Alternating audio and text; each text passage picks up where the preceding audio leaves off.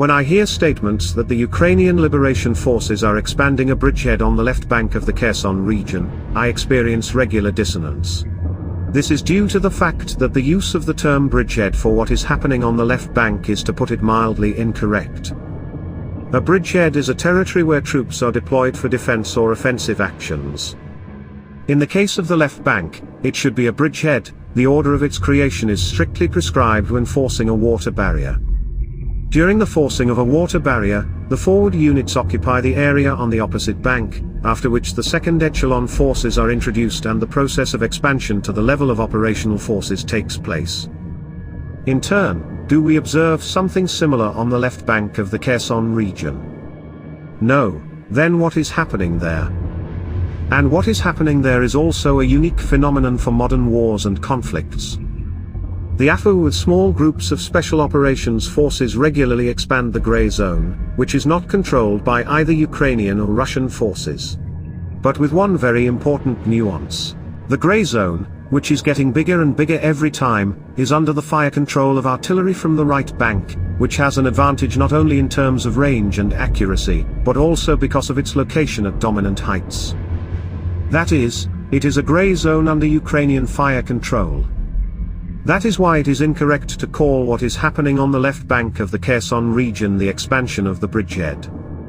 Having understood what a bridgehead is, I will say a few words for Kherson region. The enemy units failed to do anything about the presence of the Special Operations Forces of Ukraine on the left bank of the Dnipro, a little to the west of the village of Kozachi-Laheri. The main positions of the enemy's first line of defense are equipped along the road leading from Olishki to Novokakhovka along the bank of the Dnipro. And any approach of the AFU to this line, in any place, causes the Russian command of the Dnepr group of troops to have idiosyncrasies. It immediately starts pulling everything that is possible and impossible to this place and immediately counterattacks.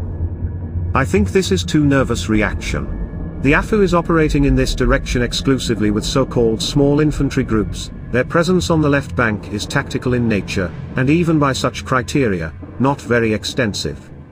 And the main benefit from these sorties of the AFU, most likely consists in trolling the Russian command.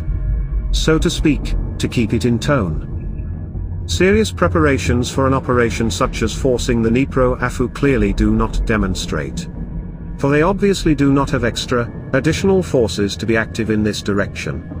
To create a nervous situation for Russians is not a problem, but to find 2 to 3 additional full-fledged crews, and then a couple more, to consolidate, or develop an offensive, and accordingly an adequate number of artillery and air defense, much more difficult.